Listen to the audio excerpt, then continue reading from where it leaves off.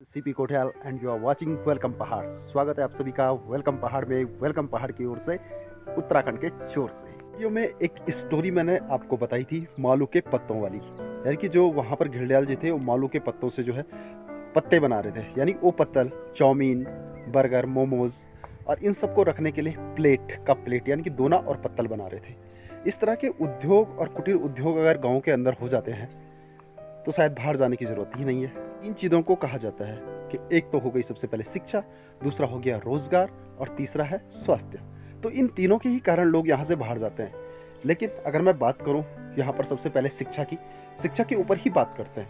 अगर पहाड़ों की बात करें तो पहाड़ों के जो सरकारी स्कूल है, जहाँ तक जो मेरे आसपास के हैं, जो मेरा गांव है और मेरे गांव के आसपास के जो स्कूल हैं, उनकी जो मैं यथास्थिति देखता हूँ वो काफ़ी हद तक सही है। या फिर जब मैंने पढ़ा था उस समय भी वहाँ की स्थिति बहुत बेहतर हुआ करती थी और बहुत अच्छा ज्ञान मिलता था। मैं ये नहीं कहता कि कोर्स पूरा कराओ, कंप्लीट करवाओ, और कोर्स को कंप्लीट करके मिलेगा क्या? कुछ भी नहीं। रटंत विद्या गुठंत पाणी। तो क्या रटंत विद्या गुठंत पाणी के आधार पर हम बच्चों का भविष्य तय कर लेंगे? बिल्कुल नहीं हो सकता है। लेकिन हमारे टाइम पे जो पढ़ाई हुआ करती थी उस पढ़ाई का कुछ महत्व ही अलग था। और चाहे वो कोर्स पूरा हो या ना हो, लेकिन टीचर्स स्कूल में चाहे पूरे दिन भर में एक ही बात बताता था, लेकिन वो बात हमारे दिमाग में बिल्कुल फीड हो जाती थी और हम उसे आज तक अपने जीवन में अप्लाई कर रहे हैं। तो मुझे नहीं लगता कि शिक्षा की जो बात की जाती है कि शिक्षा के लिए, बच्चों को पढ़ाने के लिए हम बाहर भेजते हैं। हाँ, कुछ बातें हैं कि कुछ बहुत बड़े स्तर का अगर हमें करना है तो हमें यहाँ पर नहीं मिल पाएगा। लेकिन अगर हम खुद पढ़े लिखे हैं और हम शिक्षित हैं तो हम उस चीज़ को इम्प्लीमेंट यहाँ पर कर सकते हैं। ये दायित्व भी हमारा ही बनता है, लेकिन हम खुद करना ही नहीं चाहते। दूसरी बात करते हैं, जो लोग नॉर्मली शिक्षा के लिए बाहर जा रहे हैं, यानी कि जो यहाँ पर बेसिक में मिल जाना था या फिर यहाँ पर जो छोटे मोटे प्राइवेट स्कूल्स हैं पहाड़ों के अंदर, उनके अंदर मिल जाना था, वहाँ पर वो लोग शहरों की तरफ पलायन कर रहे हैं अपनी शिक्षा को लेकर। और शिक्षा को लेकर जो पलायन कर रहे हैं तो उस शिक्षा में मिलता क्या है? हमेशा एक रिन्यूअल फीस, किताबों का बोझ। और अभी जितनी भी न्यूज़ें चल रही है, प्राइवेट स्कूल की जितनी भी न्यूज़ें आजकल चल रही हैं, अप्रैल और मई में ये न्यूज़ें चलती रहेंगी, क्योंकि पेरेंट्स इसी समय सबसे ज़्यादा परेशान होता है। क्या मिलता है उन बच्चों को? बोझ भरा बस्ता। और बोझ भरे बस्ते के बाद वहाँ पर क्या मिलता है? क्या मतलब जो चीज़ें यहाँ पर हो पाती है, क्या वास्तव में वो पढ़ाई वहाँ पर हो पाती है? बिल्कुल नहीं। तमाम बुक्स के नाम पर, साइड बुक्स के नाम पर, स्कूल में एक्स्ट्रा एक्टिविटीज़ के नाम पर पेरेंट्स को लूटते जाते हैं। और पेरेंट्स में ये वजन इतना ज़्यादा बढ़ जाता है कि वो क्या करें। यहाँ तक कि एक कमेंट्स आया था और एक क्या बोलते हैं मीमीज़ भी बनी थी, और एक प्रकार का जो है क्या बोलते हैं उसका नाम, बहुत मतलब कॉमेडी हुई थी, उस पर कॉमेडी की थी किसी ने, कि जब बोला था कि आप जो है बच्चे का टिफिन तक स्कूल घर से नहीं ला सकते, बच्चे की बुक्स तक घर से नहीं ला सकते, बच्चे की कॉपियाँ तक घर से नहीं ला सकते, बच्चे की यूनिफॉर्म तक आप खुद से नहीं ला सकते, घर से मतलब खुद से लेके नहीं ला सकते हैं। तो लास्ट में जो है पेरेंट्स ने यही कहा था कि क्या हम बच्चा अपना ला सकते हैं स्कूल के अंदर या नहीं। आज सिर्फ पहाड़ का एक छोटा सा ट्रेंड चल पड़ा है, और वो ट्रेंड ये है कि हमें अपने बच्चों को बाहर पढ़ाना है। बाहर पढ़ा के किस टाइप से पढ़ाना है, मैं देखना चाहता हूँ और पूछना भी चाहता हूँ उन सभी से, मेरी बात का कोई अन्यथा ना ले। जो लोग हाँ वास्तव में अपने बच्चों को कुछ दूसरी वे में ले जाना चाहते हैं या कुछ नई एक्टिविटीज़ जो यहाँ पर नहीं हो सकती उस एक्टिविटीज़ के अंदर डालना चाहते हैं, तो वो अलग मैटर है। लेकिन जो नॉर्मल शिक्षा यहाँ पर उपलब्ध है, उसी शिक्षा को कहते हुए कि हमें अपने बच्चों के भविष्य के लिए देखना है, तो क्या वास्तव में आप अपने बच्चों के भविष्य के चिंता अगर आपको है तो क्या आप कर क्या रहे हैं? फिर उन्हीं प्राइवेट स्कूल में आप जो है, ठीक है, उस स्कूल से बोलिएगा, पूछिएगा उस स्कूल से, उसके रूल और रेगुलेशंस को पूछिएगा, उसकी गवर्नमेंट गाइडलाइन को पूछिएगा। आप पूछेंगे भी तो वहाँ से जवाब कुछ मिलेगा भी नहीं। मिलेगा भी तो आपको बोलेंगे ठीक है आप अपना बच्चा हटा दीजिए, कोई दिक्कत ही नहीं है, क्योंकि आपको उन्होंने पूरी तरह से हर तरह से जकड़ दिया है। और उन्हें पता है कि बच्चा कहीं नहीं जाएगा, बच्चा आएगा ही तो यहीं, क्योंकि सबसे छोटी सी फीस थोड़ी सी 100 या 50 रुपये कम हमारी है। और आदमी ये सोचता है कि नहीं यार, हम एक बहुत बेहतर स्कूल में पढ़ा रहे हैं। आखिर उस स्कूल की गाइडलाइंस क्या हैं? क्या वास्तव में उस बच्चे को बचपन वहाँ पर है या नहीं है? वो इंटरेस्टेड है या नहीं है? इंटरेस्टेड का मतलब ये नहीं कि उसका मन होगा कि मुझे खेलना है तो खेलना है, नहीं।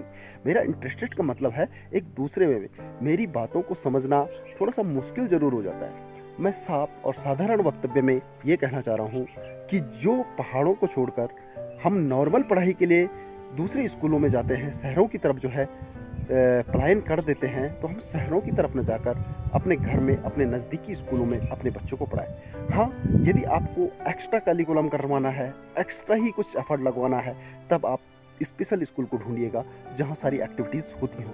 लेकिन जहाँ तक अगर 100 स्कूलों को चूज़ किया जाए तो 100 में से मुझे नहीं लगता कि 100 के 100 स्कूल एक्स्ट्रा करिकुलम में आएँगे।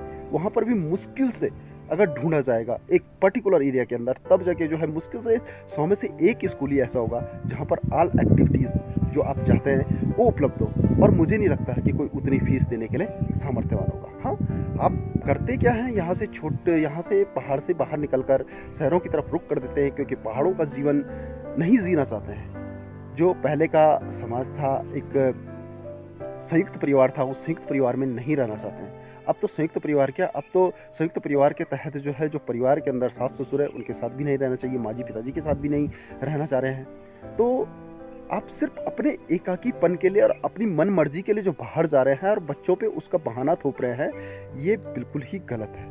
क्योंकि वो जो शिक्षा आप दे रहे हैं, उस शिक्षा के तहत वो बिल्कुल एकाकीपन हो रहा है। इस पे कभी मैं स्पेशल बैठ के बात करूँगा।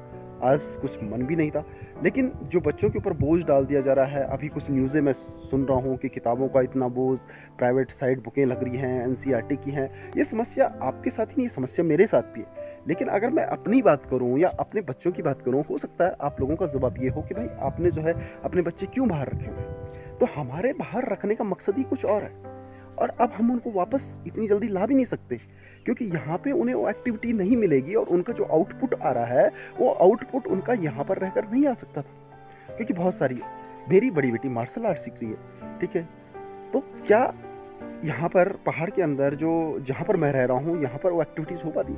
नहीं हो सकती थी। दूसरा, अगर हम बात करें नॉर्मली योगा की बात करते हैं, वो बचपन से ही योगा सीख रहे हैं या आध्यात्म की तरफ प्रवृत्ति है, तो यहाँ पर वो चीज़ें कब होंगी जब हम उन चीज़ों को लागू करेंगे। लेकिन क्या ये पहले से यहाँ पर लागू है? नहीं है। तो उसके लिए थोड़ा सा बाहर निकलना बहुत ज़रूरी है।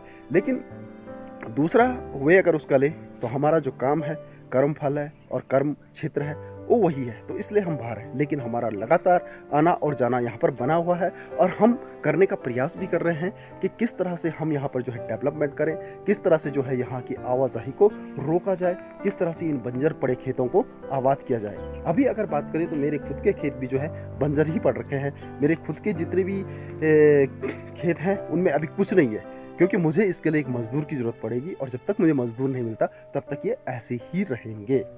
सिर्फ बच्चों को बहाना बनाया जाता है कि नहीं जी, बच्चों की पढ़ाई के लिए जो है ये सब कुछ करना है, जबकि मुझे लगता है कि पहाड़ में बहुत अच्छी पढ़ाई होती है, और पहाड़ के सरकारी स्कूलों में तो और भी बेहतर पढ़ाई होती है।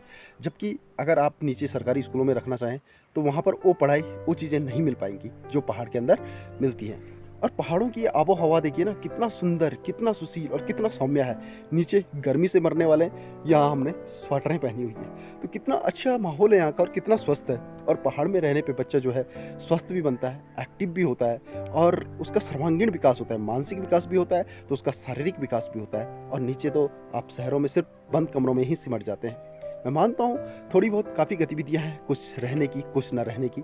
जो लोग चले गए उनका वापस आना तो मुश्किल है, लेकिन जो यहाँ है उन्हें तो रोका जा सकता है, और जो गए हैं उनको थोड़ा सा रिवर्सिबल तो किया जा सकता है कि आप आइए, कभी ना कभी तो आइए, और थोड़ा बहुत चकाचौंध लाइए अपने घर में, थोड़ा बहुत अपने गाँव में, तो अच्छा रहेगा।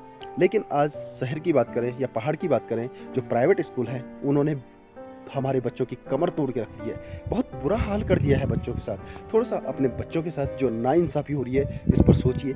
ज़्यादा पढ़ने का बोझ भी मत डालिएगा, उनको एक्स्ट्रा एक्टिविटीज़ में भी ज़्यादा इन्वॉल्व मत कीजिएगा। जो है रेगुलर, जो उनकी लाइफ है, जो उनका बचपन है, उसे उनको जीने दीजिए। मेरा एक ही मकसद था आज के वीडियो का कि जो बच्चों की लाइफ है, जो बच्चों का बचपन है, उन्हें उनके हिसाब से जीने दीजिए। अच्छा लगा हो तो शेयर कीजिएगा, ना लगा हो तो मुझे बता दीजिएगा। बाकी कमियां तो हर इंसान के अंदर होती है, चाहे वो मैं हूँ या कोई भी हो। सीखना और सिखाना जीवन का खेल है। तो आज की स्टोरी में इतना ही। मिलते हैं फिर एक नई वीडियो में नई स्टोरी के साथ। तब तक के लिए थैंक्स फॉर वॉचिंग। वेलकम।